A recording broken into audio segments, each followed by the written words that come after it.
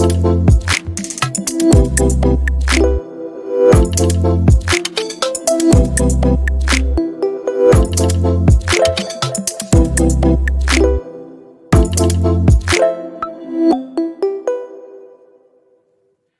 guys, welcome back to our channel. I'm Chris. And I'm Lyra. And today we got a real dope video for you guys called The Weirdness of Tubi Movies.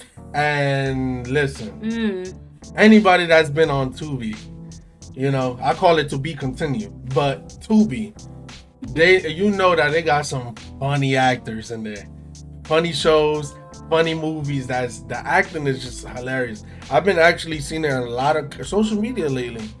Yeah, I think like when you're scrolling the social media, you will see like clips from Tubi. Yeah, and I was like, what? It's too funny, the acting in it. I guess this is exactly what we're about to see. But not to take too long, we just gonna tell you this before we watch the video. Like the video up, comment down below your favorite moments of the video, subscribe if you're new.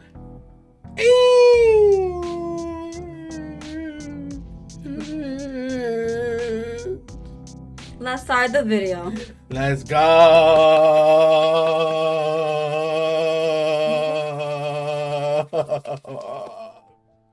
Oh.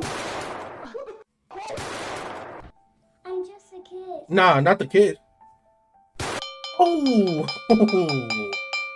Movies. We starting off like that? What in the world? Then she shot the kid. What the kid do? I know. They must have did. They had to have done something. But the thing is, the funny thing is the gunshots. It looked. I didn't even want. Bro, I did not want to even say anything about that. I didn't want to say nothing about that. But let's get right to the video. Sorry, guys. We shall watch this again because I don't know what the hell just happened. I'm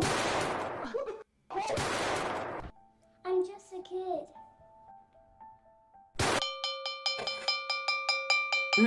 Movies. A magnificent visual art form that can show the riveting story of one's life or journey. They can display the harshness of someone's struggles and the beauty of someone's rise, conveying emotions that whenever I see them on screen, I can't help but feel the same way the character is feeling on screen. Not only that, they can introduce you to a What in the world? the same way the character is feeling on screen. Not only that, they can introduce you to a new world that is entirely detached from our reality that I'm almost always engulfed in.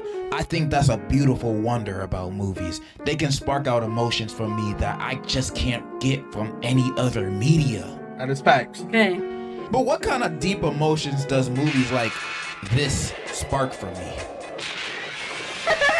Of course, just like with everything else in existence, there's a not so good counterpart to. Bro, your junk was already messed up. He did you a favor. Of course, just like with everything else in existence, there's. Whoa! Oh, then I missed it. Of course, just like with everything else in existence. Let's go. Oh! They did you a favor, kid. There's a not so good counterpart to movies. And these counterparts could be found way easier nowadays since most blockbusters nowadays aren't really that good anymore. Like y'all making so many superhero movies nowadays. When are you guys gonna make the Black Bomber superhero movie? I need that. I'll see that in theaters 3 times in a row. Y'all show my boy no respect. And yet y'all gonna produce the 18th billionth Fast and Furious movie. Ain't nobody wanna see that? And streaming services be producing half the slop we be consuming nowadays. You can find many of them on Netflix. There's a ton of banger movies on there. But after seeing it on TikTok from time and time again, it seems like there's a streaming service that is a gold mine for not only B movies, but low quality looking, $50 budget, filmed on a Motorola looking ass movies.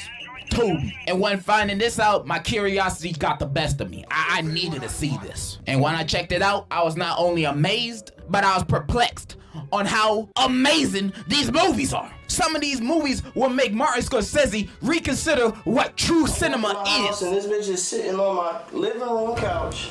You the only one with a key. What are you talking about? Tiffany the doll. Boy, I don't even know what you're talking about. I haven't been there in weeks. Where the fuck did she go? Tubi, if you ain't know, is a streaming service like the others, but unlike them, out of their original catalog, they have great works of arts like Bad Cat, Mary Finger Kill, and Shark Side of the Moon. You know, absolute classics that everybody knows. But outside the originals they produce, Tubi also has a big catalog of B movies. Not the jazz one, but low budget and indie movies. It has a whole bunch of films made by everyday people like you and me, since anybody can make a movie nowadays. If you got a camera, you can make a movie. The thing is, a lot of these films don't look the best, or sound the best, or even make sense half the time, but that's okay.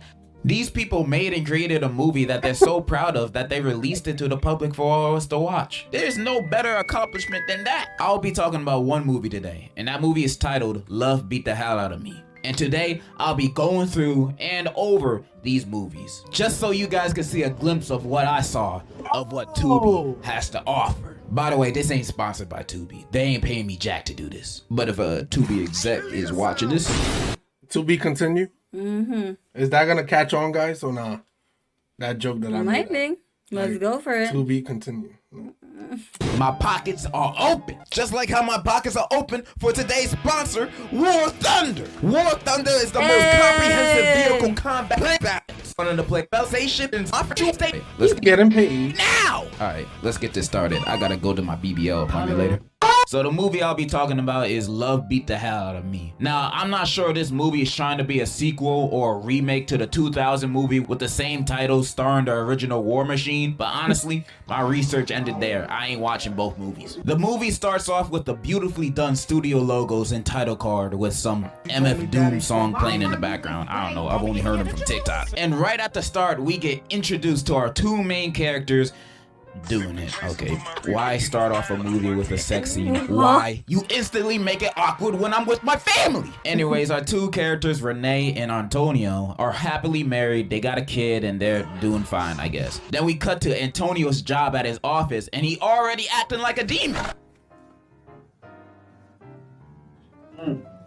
Oh, hell no. His boss then enters and introduces him to the new hire, Rhonda, and you can already see mad romantical tension between them. You can cut it with a sword or tortilla. It was that obvious. Next scene, we are at a school with Renee dropping off her son to and in his classroom. There she meets her son's new teacher, and the dude is buff like a Samoan. By the end of their convo, you can see even more romantical tension in the air. We see so much lustful tension with these two, and it was never with each other. She then leaves because she ain't trying to act up, you know. Next, we're Damn, in so much, in little time, It's like there's so much thing going and on. he's showing us too much things.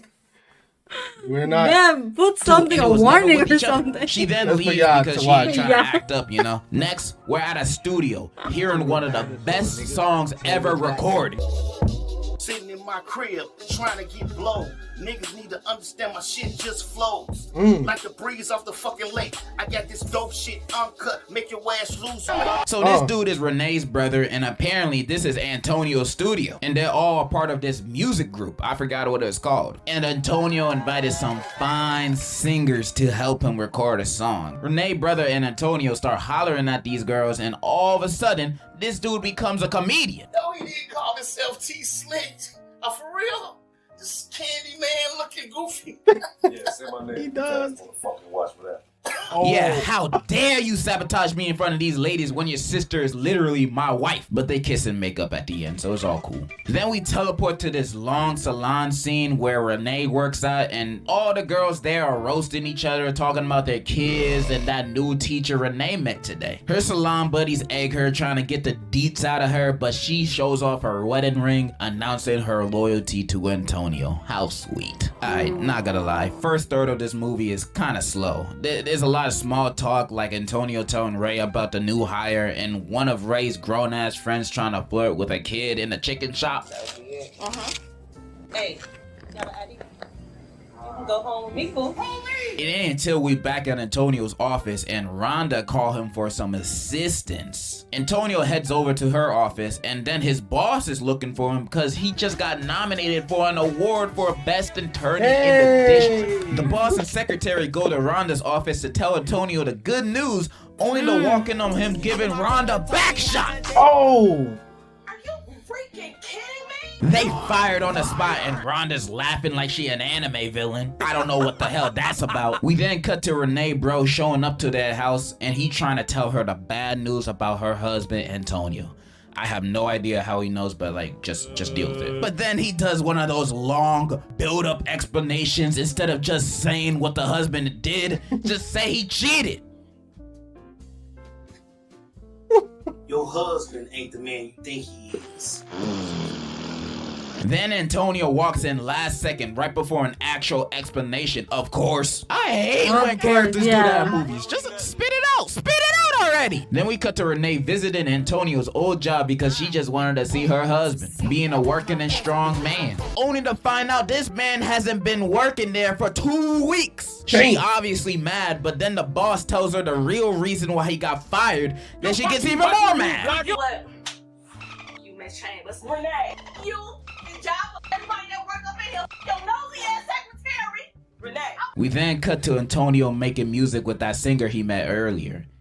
Then they start I'm not gonna sugarcoat it. My guy really said, I already cheated once. Might as well do it again. Then Renee finally confronts him about his cheating, his job, and she is tired of his dishonesty. You need to calm down. Stop telling me to calm down. Oh! This man just starts going Chris Brown on her and starts chasing her with a gun like he John Wick in the most intense chase scene I've ever seen. One. Oh, she running.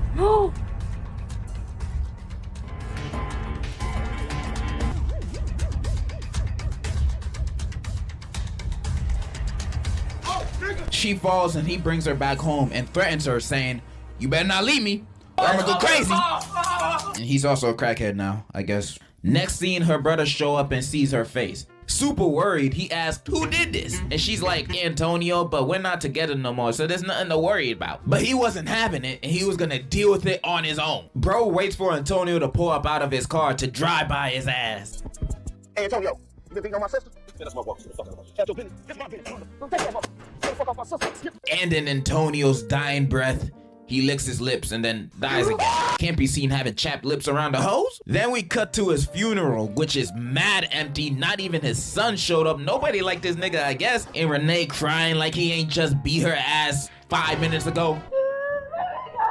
What did I do? Renee then goes to see Antonio's mother. When after seeing Renee's scars, she said she always feared this would happen to her. Turns out Tony's father was also a cheater and a beater. And Antonio got his bad habits from his daddy. She begs for Renee to leave Antonio, but Renee says she can't leave him because he threatened her. But he was just at his funeral. He dead now. What are you gonna do? Slap you from the grave? Like, that's just ridiculous. Tony's mom then recommends her to at least leave the house while he's still there. And then she proceeds to think about her son's teacher that she spoke to for like 30 seconds. I didn't know you guys had that kind of relationship already. Anyways, we go to the next scene at night to the singer girl appearing to be catcalled by some random homeless dude. Only for him to be Antonio? I thought this man was dead. What the hell he doing back? Yo, this is the greatest story I've ever heard in my life. I know. It's like, what? We need to know. We need to know now. I'm about to watch this tonight. Next scene at night to the singer girl appearing to be catcalled by some random homeless dude. Only for him to be Antonio? I thought this man was dead. What the hell he doing back? First time I saw this scene, I thought it was a flashback or something. But nah, he's alive. He's alive. So what was that funeral about? Some Mr. Robot dream sequence or some shit? How is he not dead? I mean, from what I found out later on in the movie, he ain't from Wizards of Waverly Place. So how he came back to life? In the movie, never explains this. He's just alive again and homeless now. My personal theory is that he has the same powers of Kenny from South Park, but that's just me. Anyways, he confronts the girl about her not answering his calls, but she ain't having it with his drug problems because he's a junkie now, I guess. He gets mad and is about to smack her, but then she pulls out the blicky on him. Me go. He slowly backs away from her and then notices someone he knows in the alleyway. I know you. What do you want, man? It's his dealer and he begging for more compound V, but he got no money. So he offers to do whatever she wants. They walk away together and we transition to a montage of Renee becoming a stronger woman who don't need no man. We then cut to her packing her bags to move out, and while packing, Renee's friend frantically comes in the room. Renee, Capone called. We need to go get Antonio now. Get him for what? Like I said, we need to go get Antonio. And she does one of those things where she don't explain why she has to do it. She just says, there's no time. Like, nah, you gotta explain why I need to save my abusive husband, because I will never be in the mood for that. Renee eventually agrees to go, and as they looking around for him, they pull up to a trap house, and then her friend like, nah, let's just get out of here and call the police. This place ain't safe. But Renee's like, nah, he my husband. Nigga, you leaving him. Both of them go inside and Renee's friend starts tripping for good reason, saying again, this ain't safe because there's literal junkies walking around, and why we doing all this for him? Him! Then Renee says, look, I just need to know. I just need to know what he's been up to. No what? He had a crack house. That's an obvious sign to know what he's been up to. Renee's friend is spitting wisdom while Renee herself is spitting dumbasser. Anyways, they find Tony and he acting like his usual self ever since he died. Antonio! Damn! Who the fuck coming in my crib? He start begging her to come back and Renee just staring at him for a little bit and she just says, let's get out of here. She's seen everything she needed to see. Then why the hell y'all here? What the hell you expected to look like? To him to be the kingpin of the house? They leave and then he chases them and then we transition to a murder scene and it turns out Tony's drug dealer died of an overdose and they suspect her boyfriend of doing it. Now, they haven't even identified her body yet, so I don't know how they know she has a boyfriend. Yo. One of the cops walks outside because he keeps complaining about the stink of the body. Damn! Please get that dead body out of here. That's your job. He then sees a group of young African-American men hanging out, minding their own business, and then the woman cop sees this and is like, Man, I bet you $20 that's who sold the drugs to Tasha. Yeah. You know what? Hold it right there. y'all just saw these random dudes and automatically assumed they did it? You didn't even question them or yourself. You just went after them without no evidence. Crazy. Like, damn. This movie's more realistic than I thought. But this one knows karate, so movie logic, I guess he did it. And that's the last we hear or see anything related to that, so what was the point? We cut to Antonio walking to Renee's house, begging some more, but Renee is really done with him this time. He tries to beat her ass again, but she's a strong, independent woman now, so the self-defense training came in clutch. She then tells him she going to church, so if he coming, he can come. He says, yes, I'll go anywhere with you, and enters the car with her, which I don't know how she comfortable with this man being in her car after he literally just tried to knock her out like he was Tyson. They enter the car together, and that's it. That's the end of the movie. That's it. That's it? Yep. But it has one of those, though I'm hopeful, yes I am hopeful as today, and this, so that automatically makes this one of the best movies I've ever watched. Now, what are my thoughts on this movie? I thought it was pretty gosh darn entertaining. Sure, it had its mishaps like having a slow first 20 minutes, but overall, I freaking loved it. And I'm never gonna judge the acting of these types of movies. I think that just comes with the Tubi package. But the writing in these movies always takes a turn in a direction that I'll never predict by the time I'm at the end of the movie. Like, who the hell this guy robbed? But I love movies like this. They're fun to watch, and I bet the people who are making it had fun making it too. Now, I'm not gonna fuck around and say this movie's amazing or anything, up there with the likes of Citizen Kane and Date Movie. But if you're looking for something stupid, fun, and entertaining to watch, I recommend this. Cause I think this movie encapsulates what Tubi movies are about. Ridiculous. Anyways, I hope you guys enjoyed this video. I know I've been gone for God knows how long, but hopefully that won't happen again. Yo, babe, we should make movies then. Not gonna lie, I'm inspired. Let's go for it. This is the greatest movie I've ever seen in my life. I'm not joking, guys. That's crazy. Yo, this was... I'm about to watch this movie. Like, tonight. the question that... How did he become alive? I don't know. I guess the guy shot the wrong guy that looked like him. Probably. They didn't recognize him. I don't know. That is crazy. Damn. We're in shock. I can't wait to see you guys' comments in the comment section down below, guys. Because as we are excited to see it because we cannot believe what we just seen. So, guys, with that being said, like the video, comment down below your favorite moments of this video. Like my girl always says, to end the video. So don't forget to smash the like button, subscribe to our channel, and turn on the notification button. And we'll see you guys next time. Peace.